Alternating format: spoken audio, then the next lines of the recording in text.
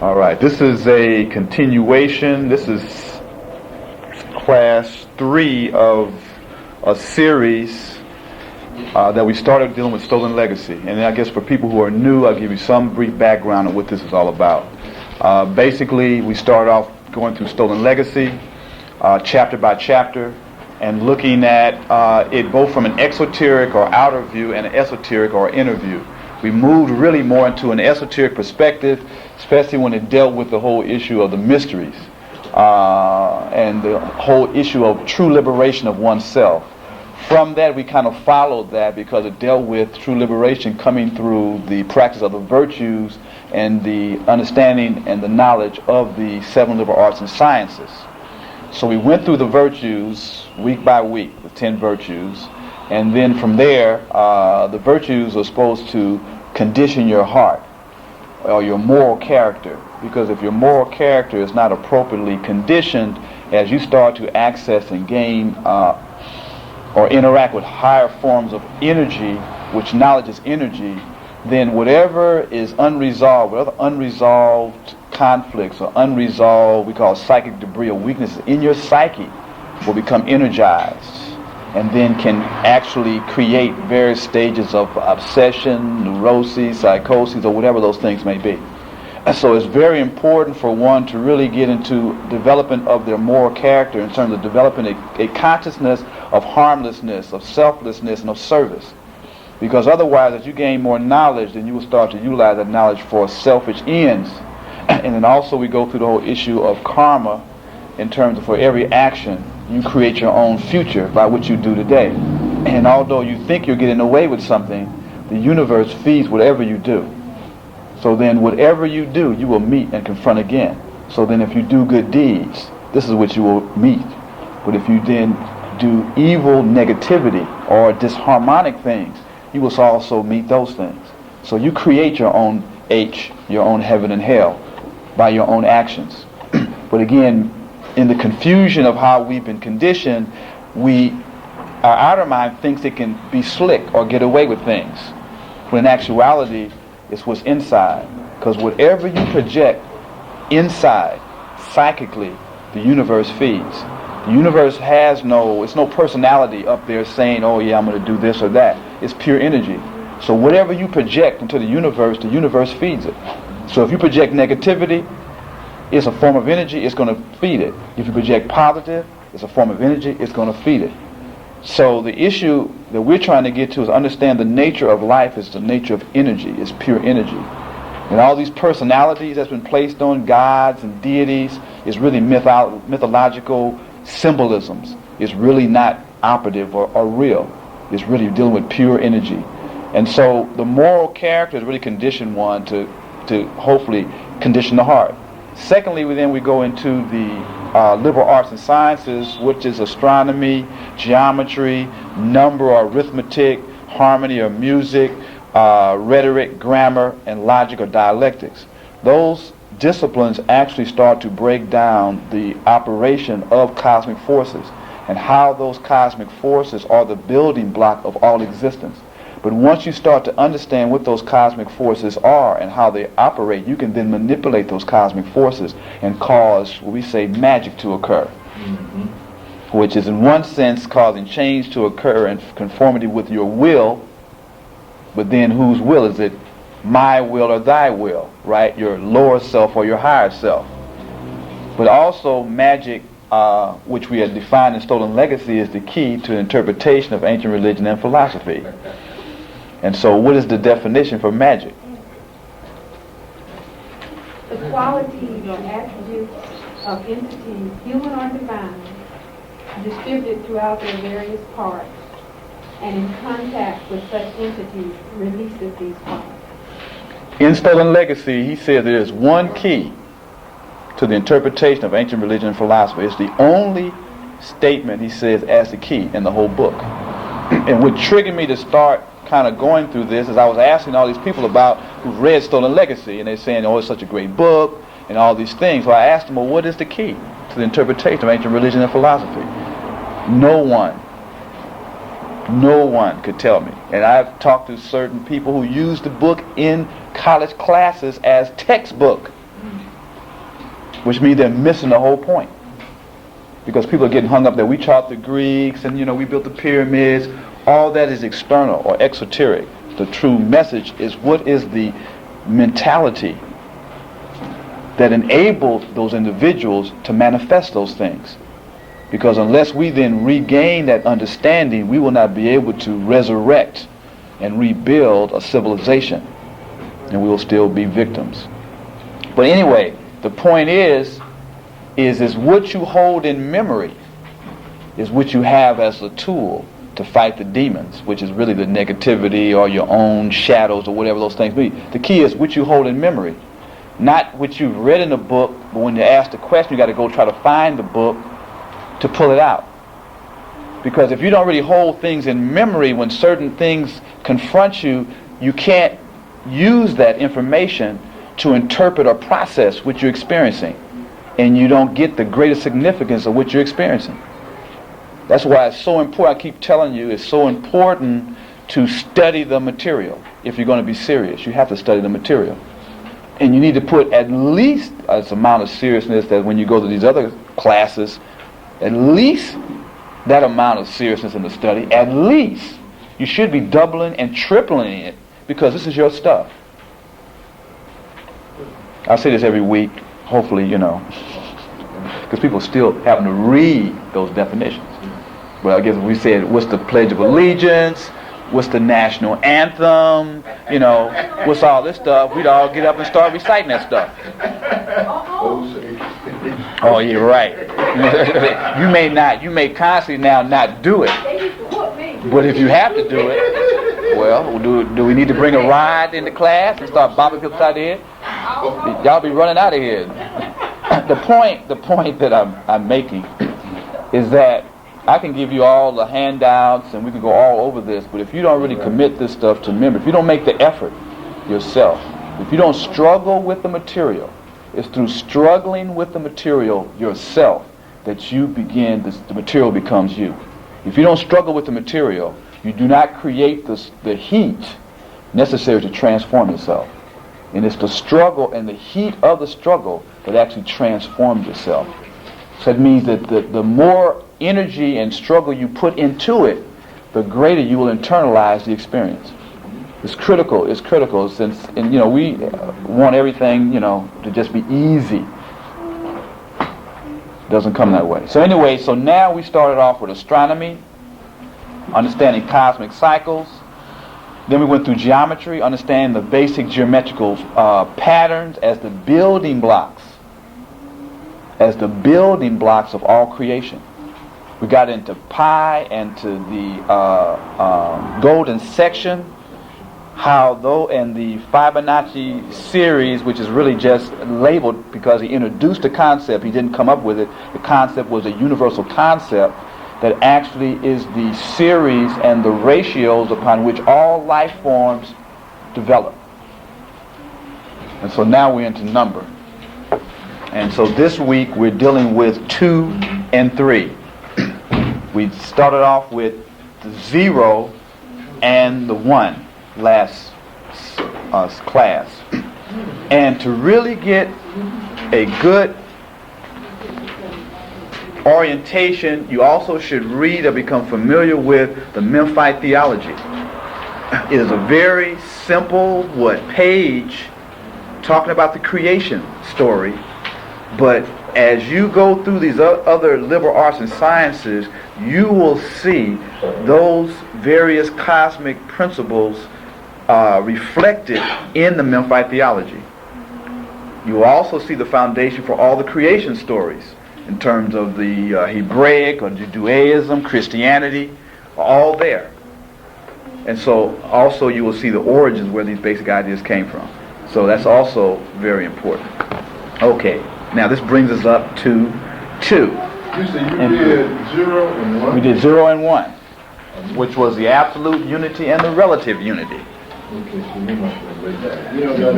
It's strange that you could talk about numbers and pi and things like that, because Monday night Steve Kobe's right in this right here talked about pi. He talked about pi. The equations, the go on in the New World Order and the core negativity and the whole thing. Some of the same things you were saying. Well, it just shows you how, as I said before, we're talking about energy. And energy can be used for positive or negative. It depends upon the consciousness of those who use that energy. And the forces that we're up against are aware of a lot of these forces, but their consciousness, I'd say their consciousness is a diabolical consciousness. It's a divisive consciousness. And we can get into the whole melanin and the ice consciousness, why that is true. Regardless of all that, it is true. And they will utilize that to the best of their ability to control and maintain control. And so the only thing that we can do is to gain just as or greater than a profound knowledge of those forces and apply them for humanity, for good, for positive. Otherwise, we will always be subject to. You know, this is the thing, you know, this is, I'm just sitting listening to you, and it's like, you know, those of us that were here, you know, he was talking about pie. He was talking about the term of a political situation, thing, pie, real core negativity, the round table. It was just a whole, you know, you'd have thought you were sitting there. Mm-hmm. So what conclusions came out of all that? Well, you know, I don't know, I can't say, I can't speak for somebody else, man. You know, it was just that I was just taken back by the fact that how closely this equates to what he was talking about. Well, this is universal. So the thing that a lot of times confuses individuals is if these are universal principles, these principles are operative in all things. It's innate in existence. They're taking out, more or less the ancient principles and applying them right now, but in a different manner. Right. Same thing. Right. So it goes back to the original thing I said. We have to become well grounded into the knowledge if we're going to be able to turn things around and resurrect what was originally ours, because this was the foundation of our civilization. So Becoming very apparent. right. So we call that signatures, right? When you start seeing certain things repeat themselves throughout your life, this is reinforcing that those themes are very significant, and you should pay great attention to what those themes represent, not just from the external, but from its internal meaning of, what does that really mean? Because he's talking about he's talking about chemic. I mean, I was sitting listening to the tapes, man. What time is it? We started off talking about what time it is now, in terms of the whole issue of the age of Aquarius and what that represents, in terms of the age of the revealing, where the knowledge that was held in the hands of a few will become knowledgeable to the many. And so all around us, these things are going to become more and more commonplace. But again, it depends upon where our focus is. Do we understand what's going on? See, because like the fact that he brought up Freemasonry, he talked about Alvin Pike, and he talked about the different numbers, he talked about the 40 stones, the outline, Washington, D.C., and it got, of course, a lot of folks don't understand because they don't hear it, but then But you know something, all that stuff is external, and really all that it represents you, or each human being, in terms of being the capital, being the structure. All of that is representative of each individual being a divine temple, divine structure, and how you can resurrect your own self to become the president. Number 15. I want to go there. We're gonna go here. Right. So basically what I'm going to do is share with you a number of different interpretations of the numbers from different perspectives so that you can see the common element from each of the schools. Because when you focus on the common element that is in each of the schools, then you see the universal definition for it, as opposed to getting caught up in the variations that each school have because of their particular personality. And the goal is for us to become universal, where we can understand the unifying field as opposed to getting caught up in the differences, which are really just temporary. or a different language. So, if you turn to the second page here, this comes out of a book on symbolism. I gotta really find this book. It's a small little pamphlet. Second page on 2. We'll start off with number 2, and then we'll go into number 3. One thing that this book talks about on the first page, right, is the zero, or the full circle, the straight line, and the semicircle as representing 3 levels of consciousness. So you have the full circle representing superconsciousness, which is also going to be created with spirit. You have the straight line that's represented with consciousness, which is also going to be related to matter. And then you have the semicircle, which is related to the unconscious, which is also going to be related to the soul. So you have spirit, soul, and body as those 3 levels. And so the various formation of the numerals also, if you get into any graphical symbolism, it will use these 3 combinations of circles, semicircles, and straight lines. And if you get an understanding of what those 3 elements represent, you can decipher graphical symbols in terms of how those 3 elements are related to one another. All of your zodiacal signs, all your numerals are structured off these basic 3. And again, the 3 represents the Trinity, creating, preserving, and transforming, which is the universal aspect of the Godhead, 3 in 1, which we'll get into today talking about 3. So on the second page it says 2. It says the semicircle is above the horizontal line, representing fallen man. And when they say man, they're talking about humanity and not man as a gender. Representing fallen man or fallen humanity from the soul above him. So it's saying the soul aspect then falls or comes down into matter. Or the unconscious mind, the semicircle, then becomes conscious. You need to hold these key ideas in mind, because as we jump around and talk about the Garden of Eden and the separation of Adam from Eve, you will see that these images represent concepts or principles and not personalities. And you will see those same relationships in other mythological stories on creation. Also, if you look and get involved in depth psychology, you will see the same relationship in terms of the relationship between the unconscious mind and the conscious mind. It says the number 2 stands for the soul, the unconscious mind, the feminine principle, the moon, the law of duality. It stands for reflection, for conflict and counterpoise, for nature in opposition to the creator.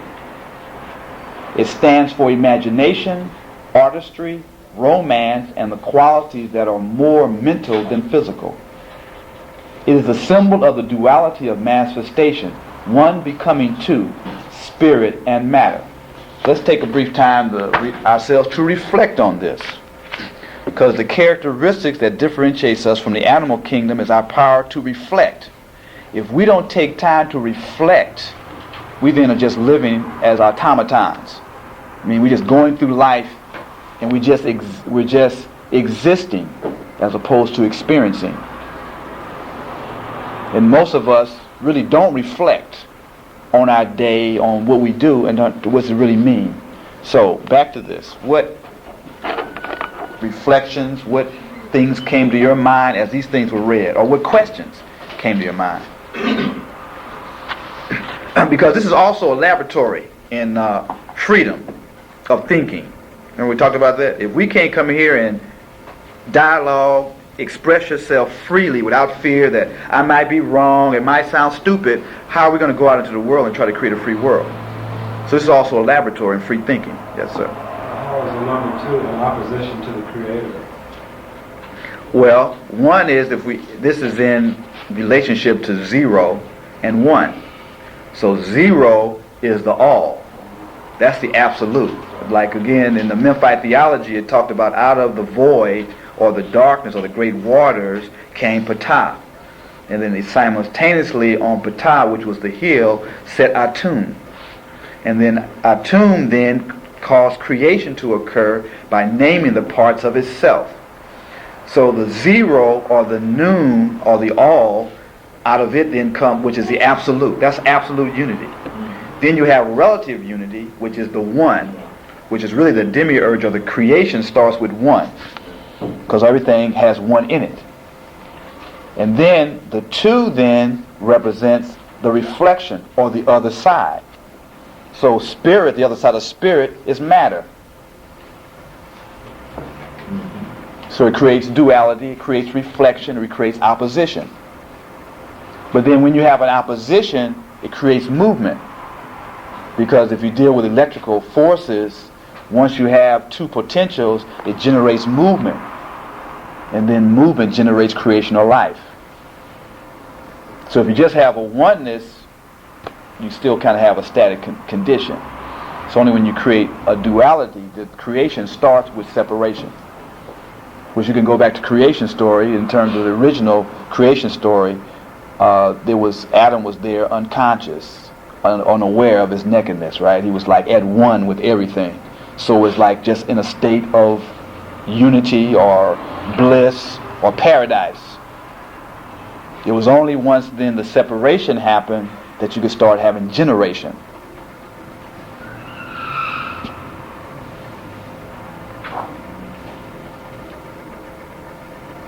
So separation is Eve, or the opposite. Or the opposite, right.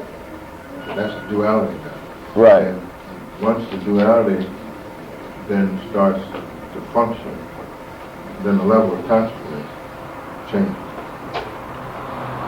In terms of what?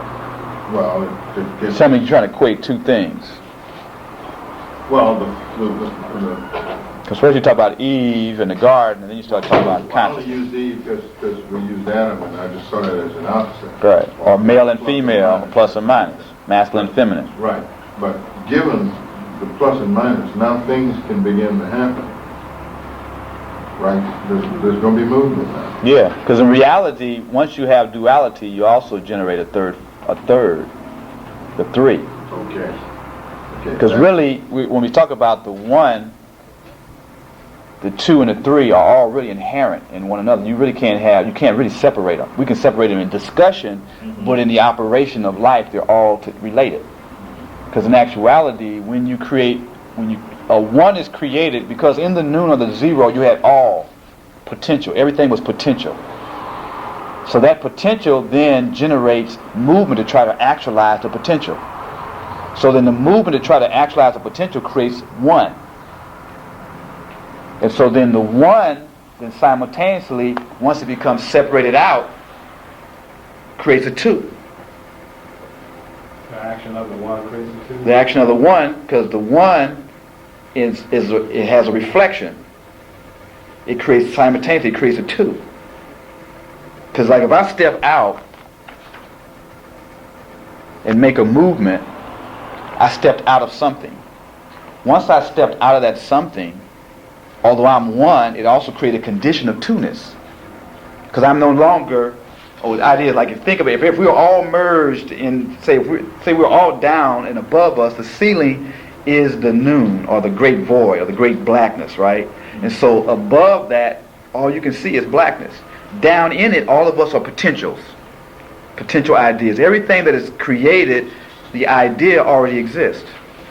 Does that mean that, like, almost in another sense, when you have gravity, you have anti-gravity? I don't know. Yes, that's like once you come out of the void and start existence, all existence is based upon duality or polarity. We're polarity. We got a positive, negative side. We have a left and a right side. Anytime we move, it's all balance, and polarity is the nature of existence. What about a twin soul? How are you talking about that? Well, I heard that everyone has a twin. It might, someone they've never seen more than likely.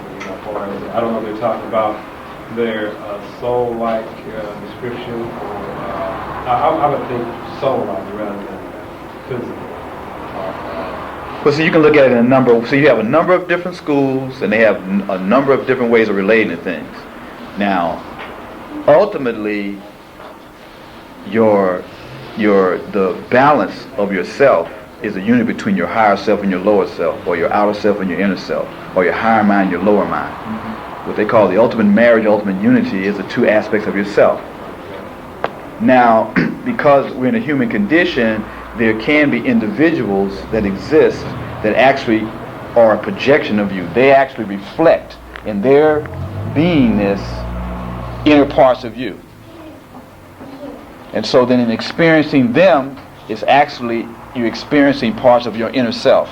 So it seems like you have a soulmate, because when you operate together, it's like you feel whole or unified.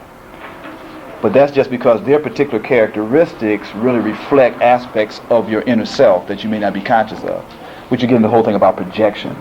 In terms of the only way we experience life is by projecting what's inside on the outside. But that's a whole nother lecture that we can get into. But when it says right, it stands for reflection, the conflict, and the counterpoise. Right. Okay, so that's the same thing as soul. So 2 stands for soul, the conscious mind, and the feminine principle, right? Right. So you say reflection stands for reflection. So if the one was the creator, we're then the two. The soul is a reflection of the creator. Creator, then it's a reflection of a person, right? What is?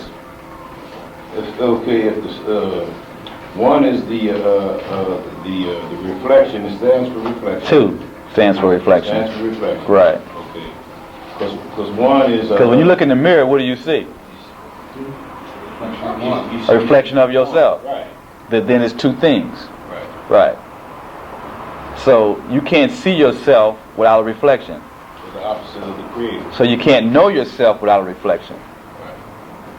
And so then if the creative, the ultimate goal is to become conscious. So in the beginning, in the void, it was emptiness, right? It was the blackness, the limitless, boundless, obscurity, concealment. Again, really review Memphite theology in terms of the characteristics of the noon.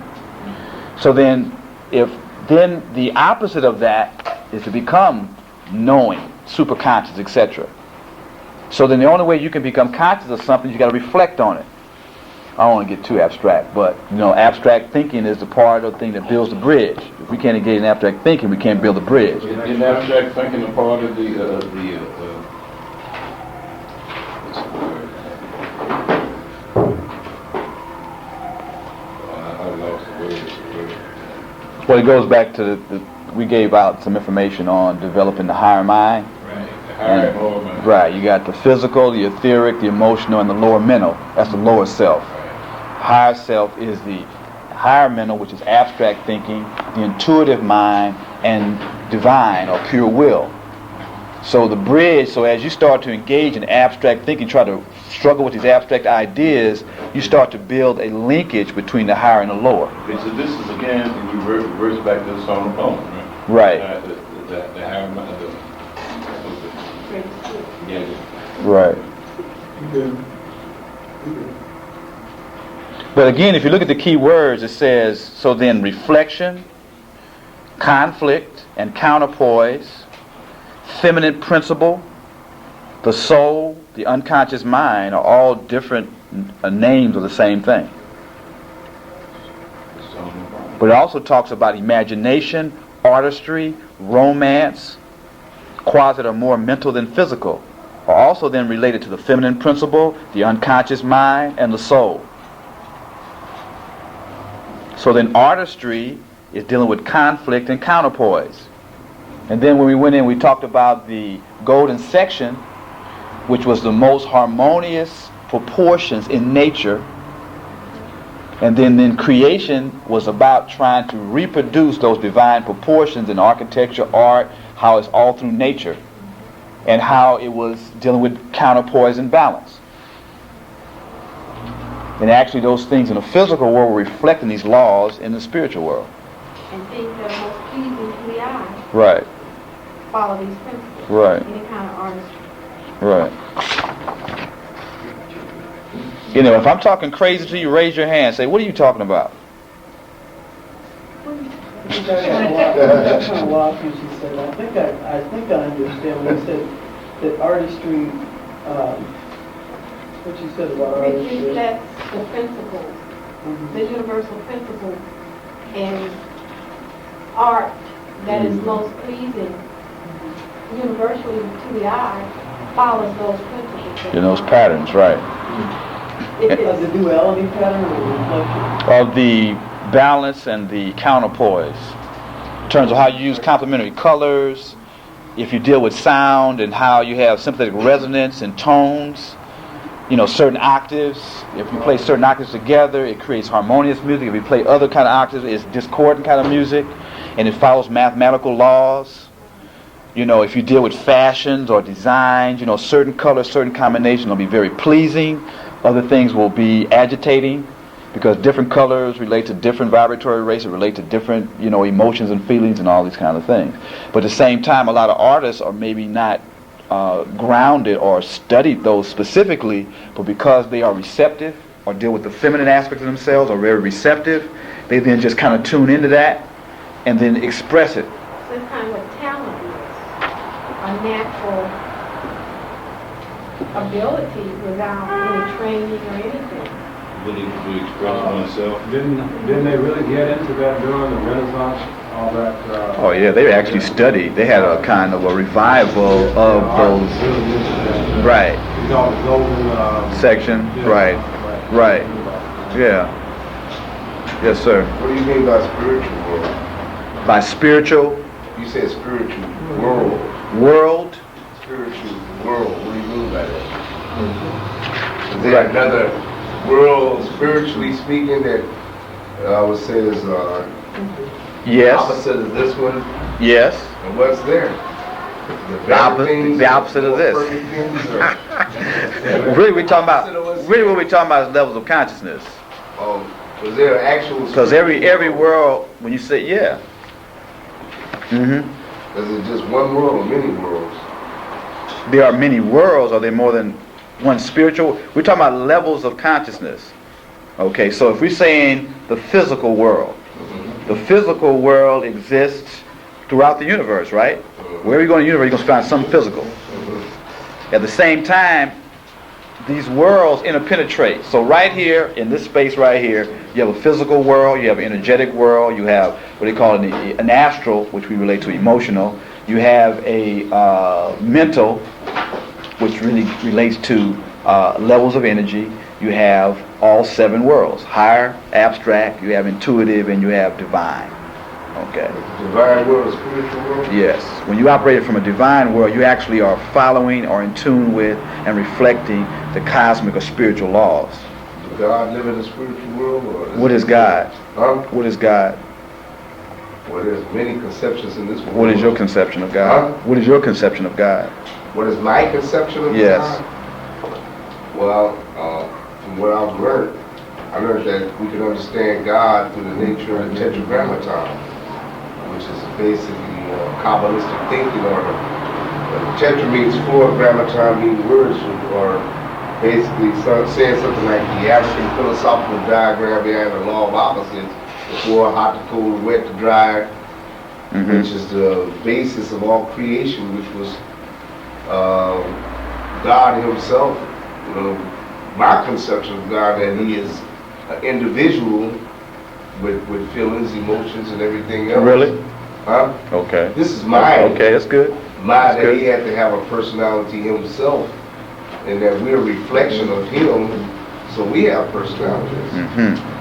I know that when you say abstract to me doesn't have any specific meaning, because it's abstract, it's out there, it's not concrete where I can see it, but that's what I'm trying to understand. What do you mean by Can you see ultraviolet rays? Huh? Can you see ultraviolet rays? Not with the naked eye. Can you see gamma rays? Not with the naked eye. But does it exist? through a prism. But does it exist? Yeah.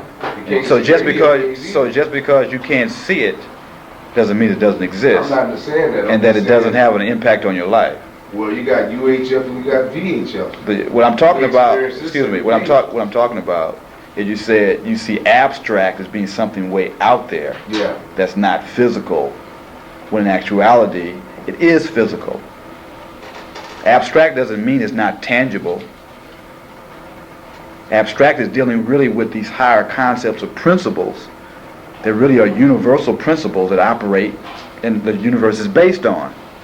The point that we're trying to do is the ancient individuals evolved their thinking where they existed or operated from an abstract, intuitive, and divine level of consciousness.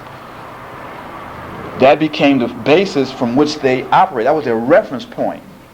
So when you get to logic and reasoning is based upon these higher principles. Where now logic and reason is based upon that small spectrum of just what you can touch, taste, feel, which is it's not even a half, quarter, or tenth of the total range of energy being. So then if you base your civilization and your judgment on a small fraction of the total, then you're only going to create a fraction of truth, a fraction of reality. It will not be able to sustain itself because it will be out of tune with ultimate truth. And the reason why ancient civilizations could exist for thousands of years is because they were based upon a universal truth or understand these abstract ideas as opposed to these smaller, just, I want to say temporal, but or what is so-called just things that are done with your five senses. But the depth. College, what they taught us in college, abstract art. So have you ever read the book? Have you ever read the book? Have you ever read the book, The Miseducation of the Negro, by Carter G. Woodson? Yeah. You've read that book? No, I haven't read it, but I've We need to read this book because then that will give us a good grounding in terms of their educational system and what that educational system is based upon. Also, there's an excellent book. John Henry Clark has a book out, Who Betrayed the World African Revolution. He also talks about the ideas. And if you also go back into getting Serpent in the Sky by John West, where we're talking about pharaonic consciousness and the difference in how traditional Africans think and how the Western mind thinks. And so then, because when we speak, we have to understand what reference point are we speaking from. That's the critical. If you understand the reference point the person is speaking from, you can understand their logic. That's true. But definition, and if you follow your discussion or description of God, first half as opposed to the second half, our definition of God is God's a hierarchy of forces. All the forces that make up the universe is what God is. Yeah. And those same... himself, right? He's one. God is one. He's a conglomeration or amalgamation of forces. The whole self. But still But the point I'm making... the tree of life. Right. We're going to get to that too. Attributes. We're going to get to that too. Okay. Which is good. See, I've tuned into you already when I did this handout. We're going to hook that up. He just said something, man. When you were talking about the Africans' thought and the Western thought, it was something that was said to me in Southwest by a political science teacher. He said the reason that and it didn't make sense at first, but now it's clear when he said that the reason that the Africans have problems in this Western side because our thought pattern is Eastern, Right. as opposed to the Western. Western thought. And Right. so that's where the confusion comes in. Right. Okay. Right. We will never become liberated if we try to create off of the Western model. That's right. We can't. That's why we have to go back and understand our traditional ways of thinking. Because if we live this way for millions of years, and now for the past 400 years, really 600 years if we talk about the Caribbean, in terms of diaspora, if you just do a ratio of 600 years to a million years, we just take that. How are you going to focus in on the 600 years? But of course, we don't even think like that. If you ask kids how old is man, a lot of them don't even understand that chronology. But anyway, I don't want to get too far because I want to get through the material. Again, this is a 20-year course. That means for you to really get well seasoned and conditioned, to take you 20 years. What, numerology? No, the whole course of the mysteries. Gaining a profound understanding of the material. After the 20 years, you then will be ready to really learn. And I'm saying that to say that I can only give you some introductory information, trying to expose you to a number of the reference material, and as you are so moved, you're supposed to follow how you're so moved.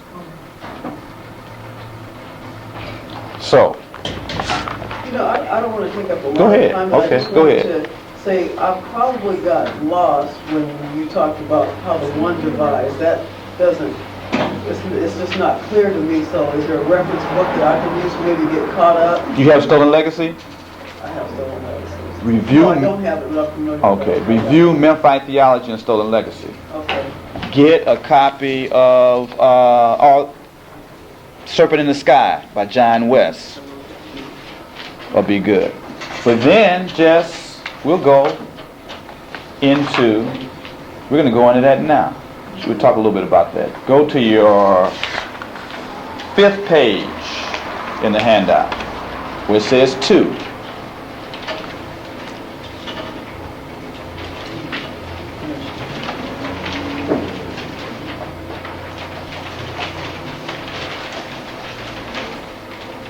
And it states, the absolute unity in becoming conscious of itself creates multiplicity or polarity.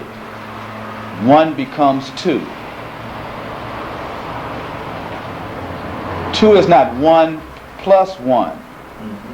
Metaphysically, 2 can never be the sum of 1 plus 1, since metaphysically there is only 1 1.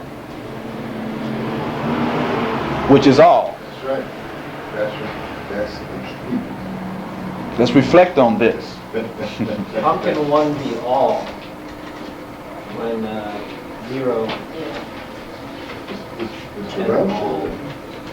Oh, it's It's the relative unity. the relative unity. Okay, all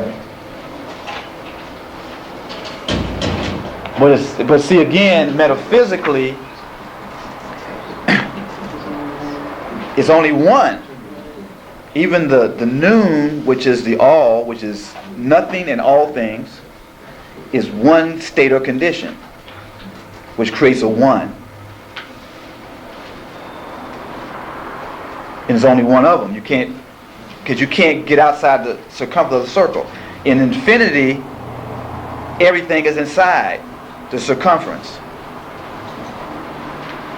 Right. So you can't duplicate it. There's nothing to be duplicated.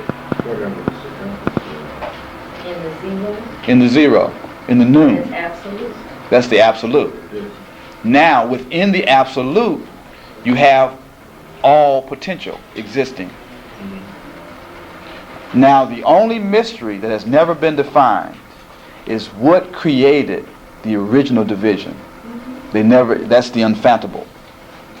All they know or can say is that things started when the potential started to move to actualize itself. Now, what generated that, or what, we can go back into the Indian Brahmas and the Manvantaras when they talk about there is an age where there's a great sleep, where the universe implodes and goes back into a nothingness, and after however many hundreds of millions of years, that condition then starts to go to its opposite, and then it starts to generate creation again. Then creation goes to its ultimate completion, then things go back into the sleep state, just like day and night. But that again is an abstract concept. What creates that, that's the ultimate mystery. They said they never was able to talk about that. So then absolute, in terms of the people were trying to relate it to a God concept, God would be 0. God would be 1. The gods that people relate to in their religions is the 1. Okay, but that's the lesser. I mean, That's the relative. That's the relative. That's of right. God. That's right. The absolute. Right. Is 0. That's right. That no name could be put on. And no one can understand. That's right. That's right. It's the infinite that cannot be conceived by a finite mind. Right. What are those terms like you use, Nun, the Patah? Is that Memphite theology. That's all. Is that? It's not Egyptology, what you're saying? Yeah, it's Kemetic. Memphite theology. Memphis. Right. One stands for one. You have stolen legacy? Yeah, I gotta read it again. Again. You gotta read it again. See, that's I gotta take a little time. it is not reading, it's study. That's the difference. People read books, but they're not studying them. And it's study. Student is related to study. Reading is more casual, you know. And the student is the serious thing. You know, writing and taking notes. Everybody should be taking notes when you study. Like I said, you should do at least what you do when you take classes in the regular school system. At least. But again, you should be doing it 3 or 4 times more intense, because this is what's going to really bring you true liberation. True liberation. This is your stuff that they have adapted and are using to suppress you with. Who would think? The oppressor. Anyone who's oppressing you. It ain't a race, it's a consciousness. Because we're being oppressed by a state of consciousness or philosophical worldview is the enemy. White people are more confused now than they ever was. They can't figure out the monster they created. They can't even deal with it. That's right. Because the masses are manipulated. The masses are always manipulated. That's right. They lose their job. Listen. The masses are always manipulated by a few. Yeah, that's true. So then what role are you going to play? Are you going to be the manipulated few, masses, or are you going to stand up and become the few with the knowledge that moves to help liberate or direct the many? Well, you know, at some point, what we have to understand is the abstract, what that has to also be translated into the practical. Right. Which is why all of the sciences are interconnected. Everything is within the circle. There's no true separation. Separation is an illusion. Well, there's What's happening with chaos? There's order. There is order. Because even within the chaos, it was apparent chaos. Yeah. Because within the chaos, there were 4 sets of gods, Yeah, or that's true. principles that existed there. They were just unperceptible. Mm-hmm. But they existed. There was order. Chaos is pre-creation. Mm-hmm. That's right. So, again, we have to change how we understand those terms. Because a lot of those terms have been placed in the negative, when in actuality, they're not. Is the Bible correct? If you have the keys to interpret it. Over other animals, that's why we eat the animals, because man, that's why we eat the plants, because man is over these things. Is that correct? But how do you define over? Because we have the ability, the middle to our thinking. We lay snares and traps to catch them. Next thing they're dinner. But you're equating that to a truly, just a purely physical act. You're not understanding that each of those entities are a part of a dimension or a realm, which is actually a part of the foundation upon which you stand. So in your ignorance, thinking it's separate from you, you will violate those things, and in actuality, you're violating yourself. Because you're setting up a set of forces. That's what's happening to the earth now.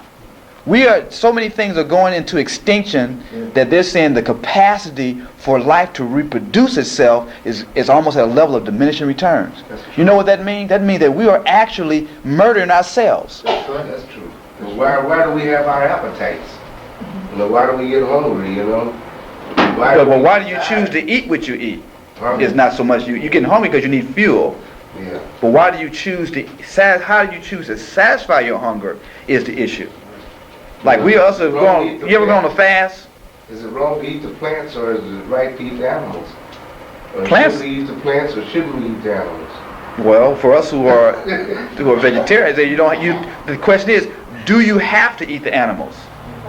is the question. We don't, with the animals, you could... Do you have to eat animals? The strongest animals, they eat all vegetables. Right. So we don't have to eat Okay, animals. so then that answers that question.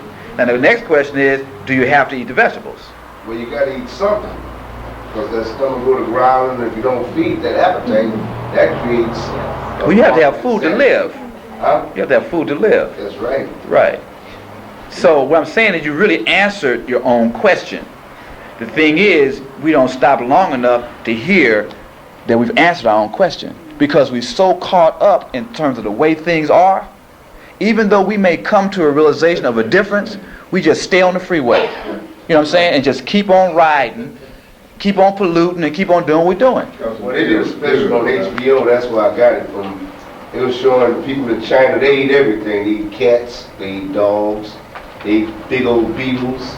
They eat, you know, there's nothing for them to get a cat and stick him in hot water and just rub the fur off of him. Sure, I saw that. You know, you saw They eat that. a lot more. They eat a lot more vegetables than we do. Yeah, but I mean, you just, I mean. Well, see, that's at this point of time, and again, the whole world has been affected by a certain level of consciousness.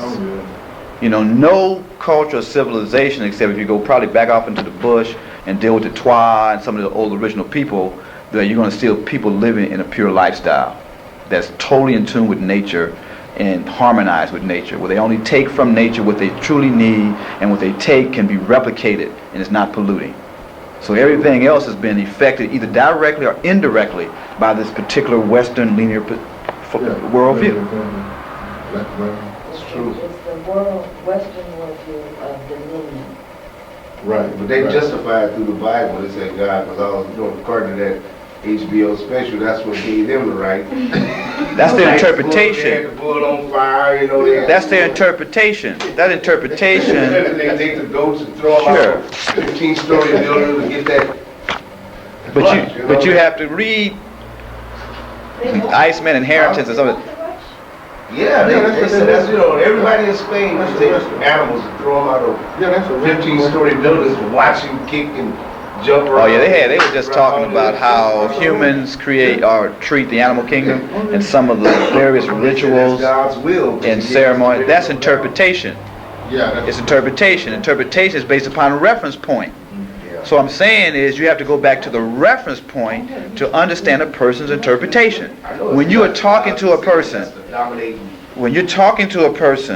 in relationship, the same thing is true. People talk like they love each other, or these words have different meanings to different people based upon their experience. Unless you come together and form a common definition, you will not have agreement. That's why you have so much conflicts when because people are speaking words, but the words have different definitions for them based upon their experience. If you want to understand someone, understand their experience, because experience is self. That's impossible because you can't go with every individual's experience. Anyway, The song said, walk a mile in my shoes. nothing is impossible. You have unlimited capacity. So, Other people. yeah, it's not impossible. It's not impossible. It's not impossible. Because They unveiled himself to you to a certain degree. But just said, Go ahead. listening. Other people don't listen to others. Right. They're so busy responding to what's being said, they don't really listen to what's being said. Because they're already formulating, before I get through speaking, the person's formulating their rebuttal. Because a lot of times discussion becomes one-upmanship.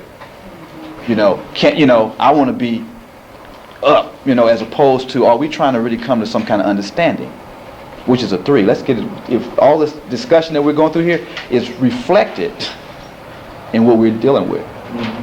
Let's go back to this. It says, the polarity is fundamental to all phenomena without exception. In Egyptian myth, this fundamental opposition is vividly depicted in the interminable conflict between Seth and Horus, ultimately reconciled after the death of the king, or Osiris. The primordial scission, which is the first division or separation, provokes, postulates reaction. Modern science is aware of the fundamental polarity of phenomena, though without acknowledging its implications or its necessarily transitive nature. Energy is the measurable expression of the revolt of spirit against its imprisonment in matter. There is no way to express this fundamental verity in acceptable scientific language. Yet the language of myth expresses it eloquently. In Egypt, Ptah, the creator of forms, is depicted as in prison, bound in swaddling clothes. So if you look at Ptah, he's always wrapped up. Usually his arms or just maybe his hands is sticking out, he's holding something. Polarity is fundamental to all phenomena without exception, but it changes in aspect according to the situation. This fact is taken into account in common language. We apply different names according to the situation or category of phenomena, although the name means the same thing. So negative, positive, active, passive, male, female, initiating, resisting, affirming, denying, yes, no, true, false.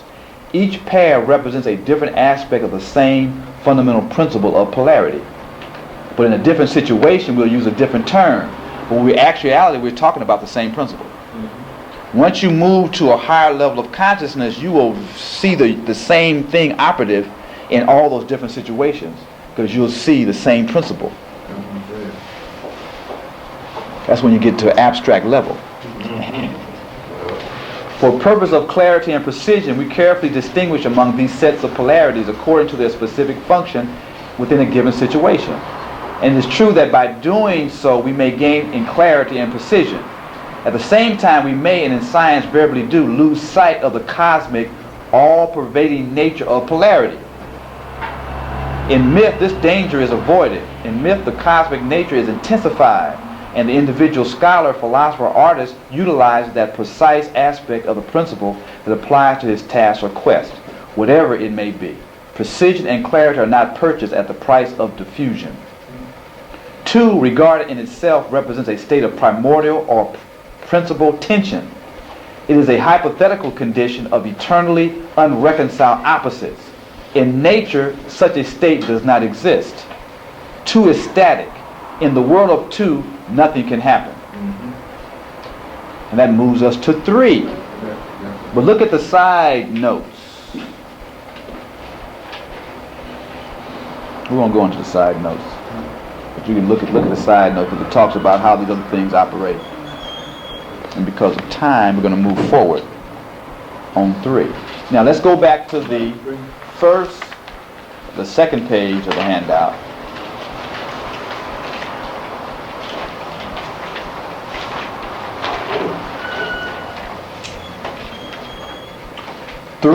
In number 3 appeared the 2 semicircles representing the divine feminine or the soul to man's rescue. Understanding then the soul is feminine. That's why meditation is a universal system, because in meditation you have to become receptive. It's only by becoming receptive can you really tune in to your spiritual self. So when they talk about you can't storm the gates of heaven, you can't storm the gates, you can't force your way in. You have to become receptive, because it's already there. All you have to do is become receptive, and you then would tune in to what is already there. That's why the same thing we talked about children. We're trying to force something in the child, when in actuality the child already has what it needs. We need to help bring it out. So again, you can see how the principles can be used in various situations. So the same thing is true in the situation that black people are in. The answer to our situation already exists in the situation. All we have to do is be receptive and reflect on our situation, and it will tell us what we're supposed to do. We're always trying to look outside of ourselves and try to impose something on ourselves, which will never work. In that way, that means that each situation that a group of people find themselves in has a unique solution to their problem. Reflect on that. But as we are relearning and rebuilding, Yes. And we don't understand because of the conditioning and the propaganda Yes. that is the goal. Yes. Well, that is a reality. The reality that the solution lies within. Right. Right. Right, so, but then where does that, Where does the outer imposition come in? That's the discipline. Because the lesser mysteries are the external disciplines that recondition the neophyte to learn to get back in tune with their natural self. The higher mysteries or the greater mysteries is an individual journey. All that I can do is impart instruction, techniques, and knowledge to you. If you don't do the work to incorporate that into your life, you will never develop yourself where you can journey into the knowledge, into your light yourself. So the instruction of the techniques and the methods is not considered putting something in. No. It's creating a framework to allow the inner to come out. It's through Saturn that we go to Uranus. It's through the discipline and the training that you truly get freedom. It's really a misconception. Many times they say, well, if I get all locked in, it's going to imprison me. But in actuality, by you developing the discipline, because disciple is based upon discipline. By developing the disciplines, you gain liberation. Because you kind of condition the lower self and put it in proper order that then allows for the higher self to come out. If the lower self is not disciplined, it becomes an obstacle for the recognition and realization of the higher, because it constantly interferes. It's like static. And how does the disciplining become equated with bringing out, educating the drawing out process? By knowing the process. If people are not aware of the process, they don't understand what they're going through and why certain things are necessary and what the process is. There's a process.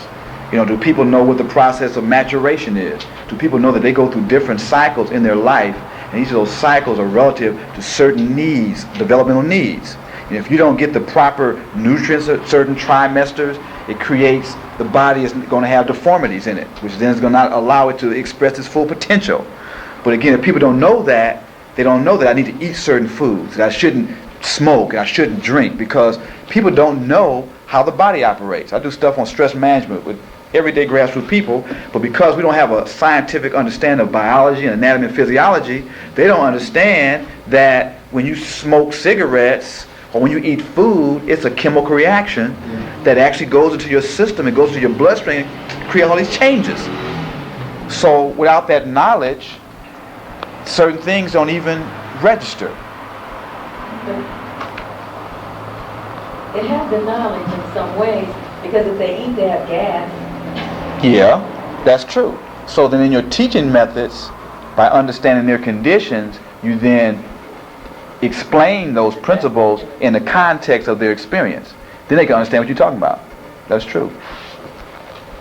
But most systems just try to pull you in and just give you what they call a canned thing, and they don't adjust it to the specific situation. That's why our kids are not learning, because the lesson material is not equated to their reality. If you started talking about these principles, these concepts and mathematics and relative to their reality, they would be fired up. But then our educators are also miseducated, and it goes on back. Right. Well,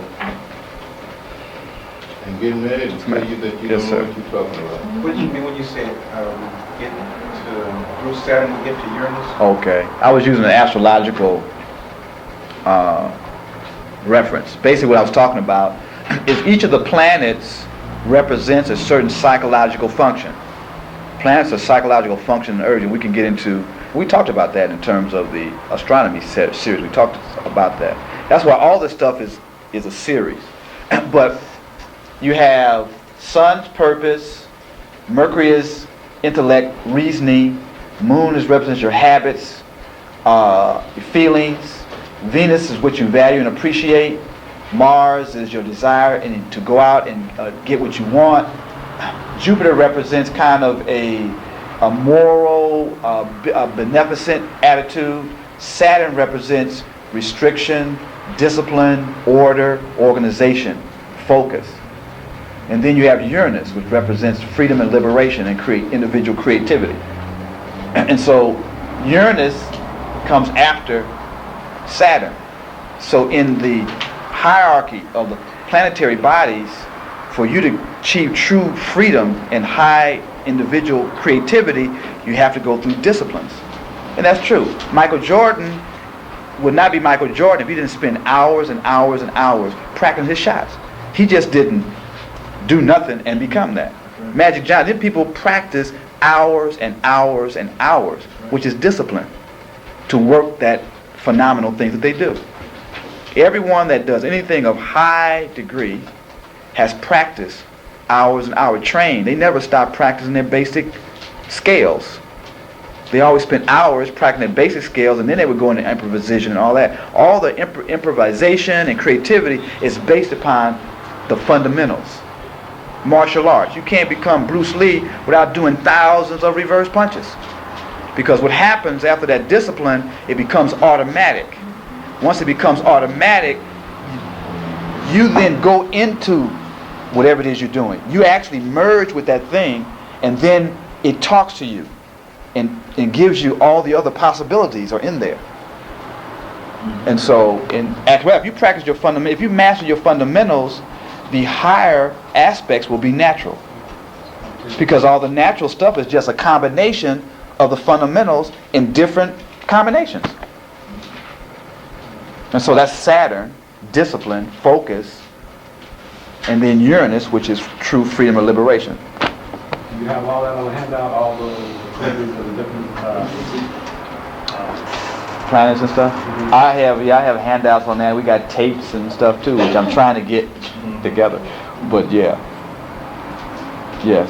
You know, you mentioned earlier that when you start to evolve on a psychic level, that a lot of psychic debris comes up. Right. And for me personally, my challenge is, so I have tools to try to do this discipline, but my thing is it seems like I'm just chasing myself, because it seems like the more that I learn, the more knowledge I gain, the more stuff comes up, and it always seems like I'm not elevating, or it seems like I think I'm having a problem with motivation, in order to be disciplined, to get to meditate and to read and to do the things I need to do. Do you keep a journal? There's so much debris. Do you keep a journal? Yes. Do you go back and look at it and see the patterns that are happening? The other thing is you have to or should try to associate with other people that are trying to work at the same level of consciousness, even if it's just once a week or whatever it is, because we as individuals, we're social animals. We need to reinforce and relate to other individuals that you can talk to about it, and deal with it. So it's a process how you can work and deal with a lot of those things that you're dealing with. It seems as if you elevate 1 inch, more stuff comes up. It just seems like it's, the higher up you get, it just seems like there's another piece of debris. Like you said, the more psychic debris comes up, the higher you elevate. Well, that depends on each individual's repository, in terms of how much stuff is buried down there, and what type, and then how, how much work have you really did on yourself, how much really reflecting back, because usually, again, this is related, because usually what you do is you need to go back and do an autobiographical study of yourself. You need to start observing yourself in terms of your reactions, your emotional reactions, usually through the first phase of the virtues. That starts dealing with a lot of those emotional sensitivity things that you have, and start observing where the stuff coming from. What experience are these things tied to? And start understanding a lot of that. And that's a process. You need to understand where you are in your life cycle, because certain things are internally are desiring to come out. If you understand where you are, where are you in terms of your age? There's certain patterns, or certain things that are operating in that. I mean, have you ever really got your astrological chart really done and have some deep interpretation of that? That'll expose a lot of your sensitive spots. Then what is your purpose in life, too? Because even as that stuff comes up, the issue is to channel it toward your purpose. So you can even use negative energy and rechannel it into positive. But if you don't have some place to channel it, then you just get caught up in trying to deal with the energy. So all of that, is a part of the process, all the techniques or whatever those things may be. Yes, no. Let's see if we can get through this. So the 3 stands for mind, imagination, manifestation, development, the Trinity, Father, Mother, Child, sulfur, mercury, salt, physical, mental, spiritual, conscious, unconscious, and superconscious. 3 symbolizes spiritual synthesis and represents the solution of the conflict posed by dualism. It is the first of the 3 numbers of completion, 369. In Scripture, it stands for a completed period of time. When we talk about duality is opposition and conflict, you can only resolve a conflict or an opposition by a 3rd factor. Like if you get into the thing with an individual, if you guys can't agree on some 3rd factor, you'll never resolve the conflict. So you have to have so what's the 3rd factor? You need a 3rd person. 3rd person, 3rd factor. You don't have to have a 3rd person necessarily. You can have a 3rd factor that both of you can agree on that becomes the basis for reconciling the conflict. Well, suppose you can't deal on the third factor. You got to, well then it's not a 3rd factor. You have to be agreed upon point. But then that's where you may have to go to someone that can bring out the common point. Because the 3rd factor is the common point. If you're so tied into your individual position, you may not be open enough to even hear the common points and the thing the other person's saying. Then you got to bring an arbitrator or a negotiator or all that kind of stuff. But I'm just trying to get you the concept first. If we get the concept first, then we can apply that. Even they talk about in artistic work, the artist and the material will not create an artistic creation. There has to be a 3rd factor. What's the idea that the artist is moving on to try to take this material and create off of? She was talking about her situation. Okay, she has herself, she has all the psychic debris coming up. Well, what's the 3rd factor that's going to allow you to reconcile the conflict that's coming up? Where are you trying to direct this stuff to? What is that? Yeah, what's that? And that initially should be the concept of the self, the purpose. We talked about, went through the astronomy, your sun sign. What's the key words of your sun sign? What's the elements of it? What's your Sabian symbol? What's your Herculean task? All that gives you information on the point that you can synthesize or reconcile the conflicts around. Again, some of this, people who are new, of course, but then I'm talking to people who have been here, which probably asked them, what is those things? They probably would not know what those things are, and they have them. So let's move forward in terms of the 3 and the next series.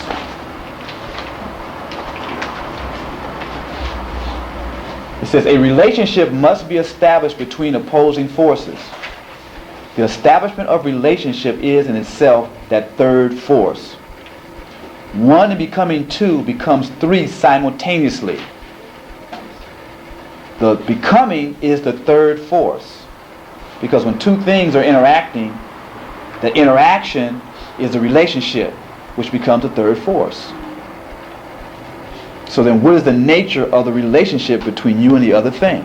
So when you're reacting to the psychic debris, what's the nature of your reacting? Or are you reacting to it and just what is it doing? Or are you trying to do something with it? It says the becoming is the 3rd force, automatically providing the innate and necessary and mysterious reconciling principle. So you could actually reflect on what sensation or ideas are being stirred by the psychic debris coming up, and it will give you an indication of what can be used to reconcile it. Because it's trying to tell you a lesson. It's trying to give you some information. Here we come to an absolute insoluble problem in both language and logic. The logical mind is polar by nature and cannot accept or comprehend the principle of relationship. Throughout history, scholars, theologians, and mystics have been faced with the problem of explaining the Trinity in discursive language. Plato wrestled manfully with it in his description of the world soul. To all but Pythagoreans, it seemed gibberish. Yes, the principle of 3 is easily applied into daily life, where again, according to the nature of the situation, we apply a different name. Male and female is not a relationship. For there to be relationship, there must be love or at least desire. Or it could be hate or envy or whatever it is. The sculptor and the block of wood will not produce a statue. The sculptor must have inspiration. Sodium and chlorine is not in itself enough to produce a chemical reaction. There must be affinity. Even the rationalist, the determinist, pays unwitting homage to the principle. Unable to account for the physical world through genetics and environment, he calls in interaction, which is label applied to a mystery. Logic and reason are faculties for discerning, distinguishing, discriminating. Note the Greek prefix "di," meaning two. But logic and reason will not account for everyday experience. Even logicians fall in love. The third force cannot be known by the rational faculties. Hence the aura of mystery hovering about every one of its innumerable aspects: love, desire, affinity, attraction, inspiration. What does the geneticist know about interaction? He can't measure it. He infers it, extrapolates from his own experience, and by using a word from which all emotion has been removed, assume he is being rational. He can define interaction with no more precision than the sculptor can define inspiration or the lover desire. The heart, not the head, understands three. So this goes back to the key, the wisdom of the heart. Also the key of the queen's chamber, which is the heart, which also goes back to the virtues, which conditions the heart. And it's only by the base of the virtues can one really be able to access and understand higher knowledge. So the heart, not the head, understands three. By heart, I mean the complex of human emotional faculties. Understanding is an emotional more than an intellectual function, and it is practically a synonym for reconciliation, for relationship. The more one understands, the more he or she is able to reconcile and relate. The more one understands, the more one reconciles seemingly incongruities and inconsistencies. It is possible to know a great deal and understand very little. That's why when you really understand, you can look around at your situation and really understand all the contradictions that are existing right here at the same time, if you really understand. Or you can get caught up on all the various, violence and inflation and the jobs and all. It can become very confusing to you if you just start to divide everything up. But if you can really get a bigger picture of what's really, that's why I keep telling people, what time is it? If you know what time it is, we're at the end of a cycle in the transition to the beginning of a new cycle. So that means that we're in a condition of seemingly chaos, which is actually a state of pre-creation in preparation for a new beginning. So if it's winter in America, externally there's death. But in winter, what's happening? Underneath the ground, the seeds are germinating in preparation for the spring. So if you know what time it is, you won't get all discombobulated in the external, knowing that underneath the spring is already springing forward. So then what you do is prepare yourself for the spring. And then the question is, what are you going to be? Are you going to be a seed for the future, or are you going to be a leaf, which is fertilizer for the future? Now each role is needed, and it's okay, long as you don't operate like a leaf trying to be a seed. The whole thing is, are you conscious of what your role is? There's conscious role for the people who are playing a destructive element, creating, preserving, and destroying. So the destructive element is a part of the Trinity. It has a role to play. So what message is it giving you? All this malicious stuff and all these what's the message that they're really giving you?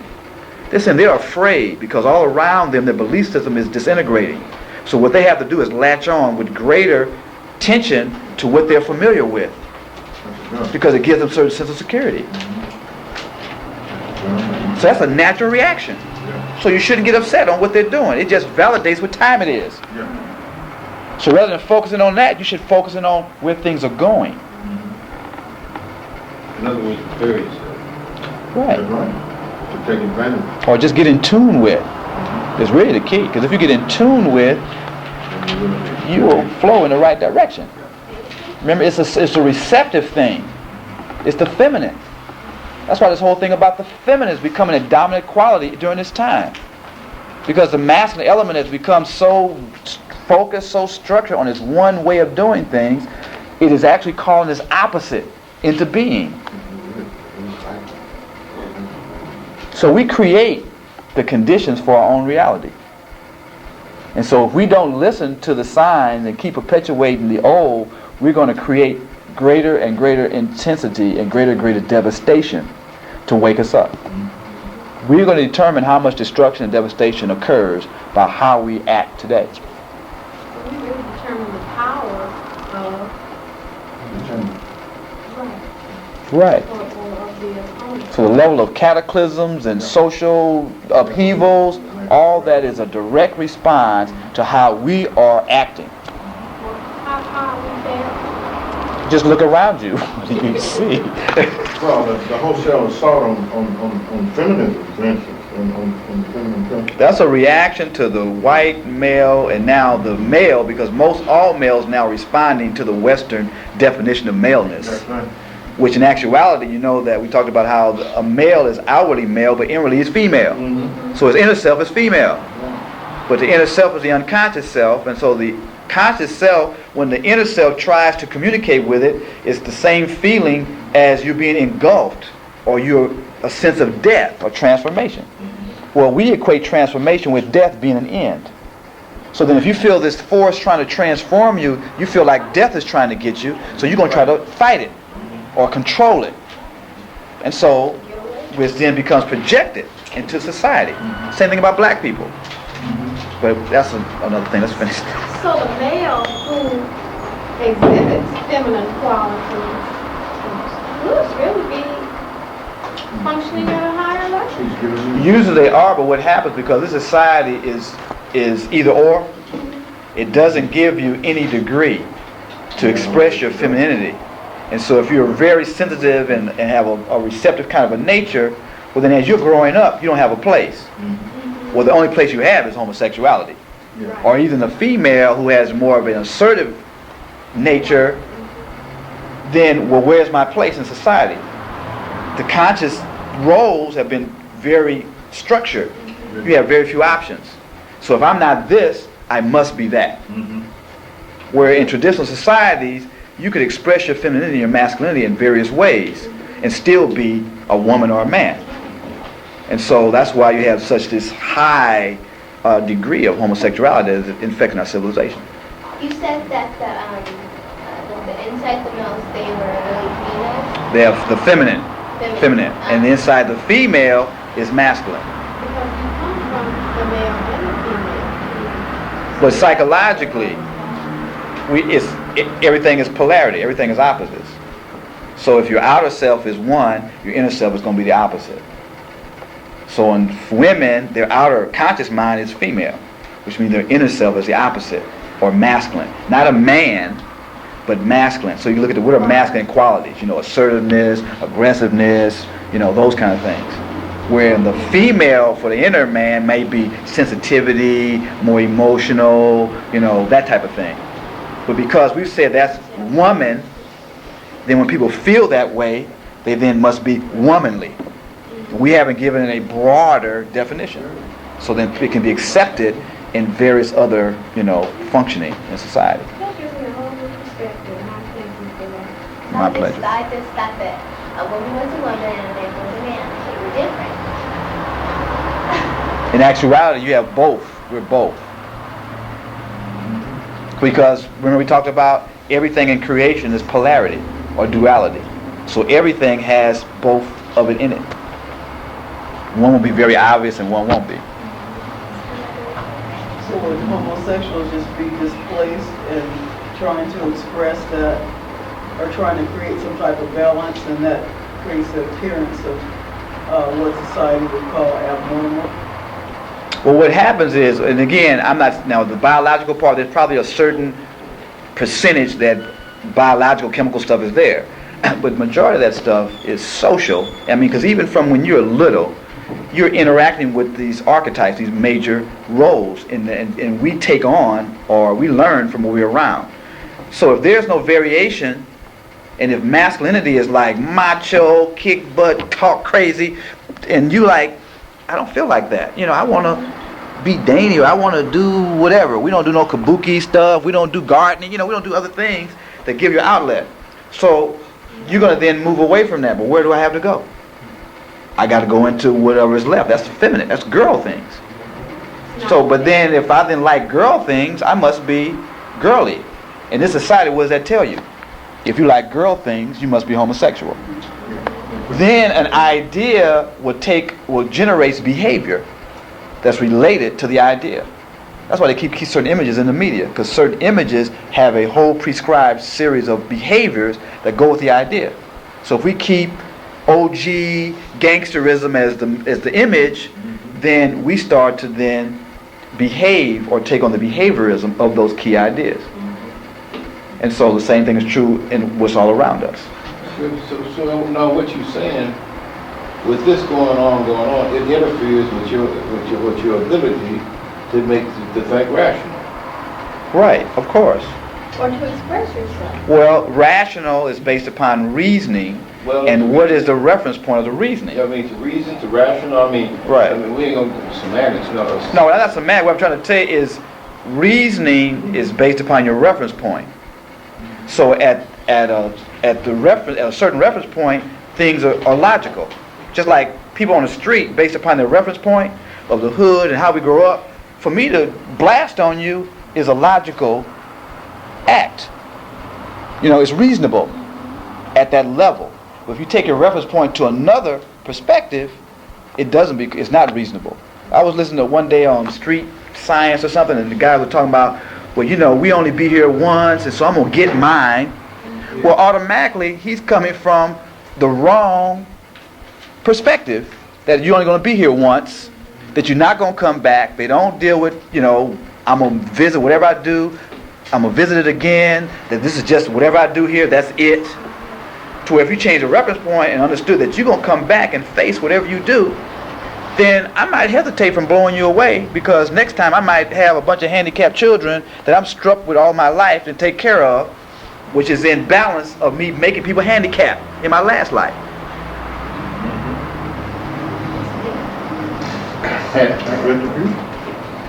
It's the balance, right? The way the universe operates. But it's the reference point is what I'm saying. But again, they've not even been exposed to that, so of course they're not going to even think that way. So do you think like there are some people are handicapped with their chance of having chronic death from a later life? Is that possible? Yes, it's possible. But then you have individual karma, you have group karma. Because see, some people's and deaths or devastation are actually lessons to the group.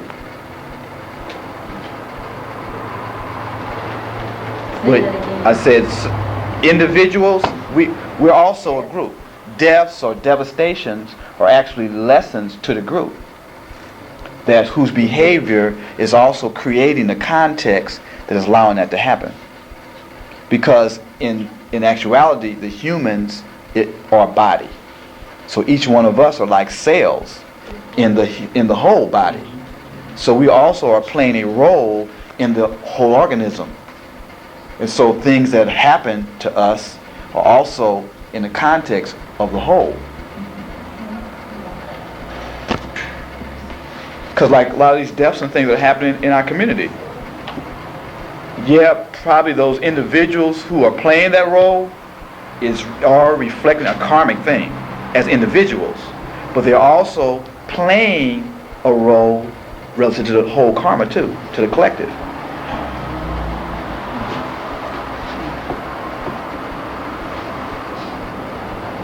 Finish up. It says, so while we cannot measure to or know three directly, we experience it everywhere. From common everyday experiences, we can project and recognize the metaphysical role of three. We can see why trinities are universal to the mythologies of the world. Three is the Word. Three is the Word, the Holy Ghost, the absolute conscious of itself. The absolute conscious of itself. The Word is the absolute conscious of itself. Because the Word made flesh. The consciousness, the absolute, becoming conscious. It says, man does not directly experience the absolute or unity or the primordial scission, but the famous mystical experience, union with God, is, I believe, the direct experience of that aspect of the absolute that is consciousness. You get what they're saying here? It says man or humanity or people, humans, do not directly experience the absolute because the absolute itself is infinite. We can't experience, we can't contain all of that. Or unity, where am I at? Okay. Or the primal scission. But the famous mystical experience or union with God is, I believe, the direct experience of that aspect of the absolute that is consciousness. So it's the divine, it's the higher. You're actually able to unite with that aspect of the absolute that is consciousness. There's aspects of it that is this pure energy. And then again it comes on the phone. Union with God. Or that God consciousness, or cosmic consciousness, or God consciousness. The degree to which one understands three is a fair indication of the degree to which he or she is civilized. Now understand civilization, understanding, and the heart. And so now they're talking about how this society is becoming what? Mean-spirited, which is like cold-hearted, which is, again, when you start understanding these terms, and then you see these same ideas projected, you're able to really see what's really going on. What forces are really being operated, what level of consciousness is operating. That then gives you the antidote to it, when we start operating like that. It says, to acknowledge the third force is to assent to the fundamental mystery of creation. At the same time, it is a recognition of the fundamental need to reconcile opposites. This society is not trying to reconcile opposites. It's trying to create greater divisions. The haves and the have-nots, the poor and the rich, the criminals against the so-called non-criminals. When in actuality, the insurance companies and the banking is the biggest criminals in the world. I mean, they're taking your money and giving you this illusion, and in reality, you're going to be bankrupt, you're going to be, they're taking your Social Security, using the money, and in the time to have it, you're not going to have it. But again, they got people caught up in the illusion as opposed to, but people know in their hearts stuff ain't right. Because if you talk to people, they know stuff ain't right. They know stuff is wrong. They don't know what to do about it. Because let no light reach the mind of the slaves. They don't give them no information so they can figure the stuff out for themselves. That's why they brought in that you had to go through the church to get to heaven. Absolutely. So they could put in an intermediary to then interpret stuff for you, so they can keep you under control. And you hear the word, absolutely. Right. And you would talk, so you would give them certain passages. And then what happened was that got translated to your teachers, to your doctors, to your lawyers, to your financial accountants, all these people. You again had to become dependent on a third person to bring you reality or truth. And then all they had to do then is they trained that strata of people in their philosophy, then they got you. This book, the Who Betrayed the World African Revolution by John Henry Clark. It's a small book, excellent. He talks about how in the 19th century they rewrote all the texts that became the body of knowledge that trained all the intellectuals. Who Betrayed the World African Revolution by John Henry Clark. This is Who Betrayed the African Revolution. Who Betrayed the African Revolution, right. The World African Revolution. The other one was African World Revolution, Africans at the Crossroads. Right, but this is a really good, it's a small book too, so it won't intimidate people. And it's a good overview, and it's really down to earth. It's excellent. But the key is that he brings up how they systematically wrote African people out of history.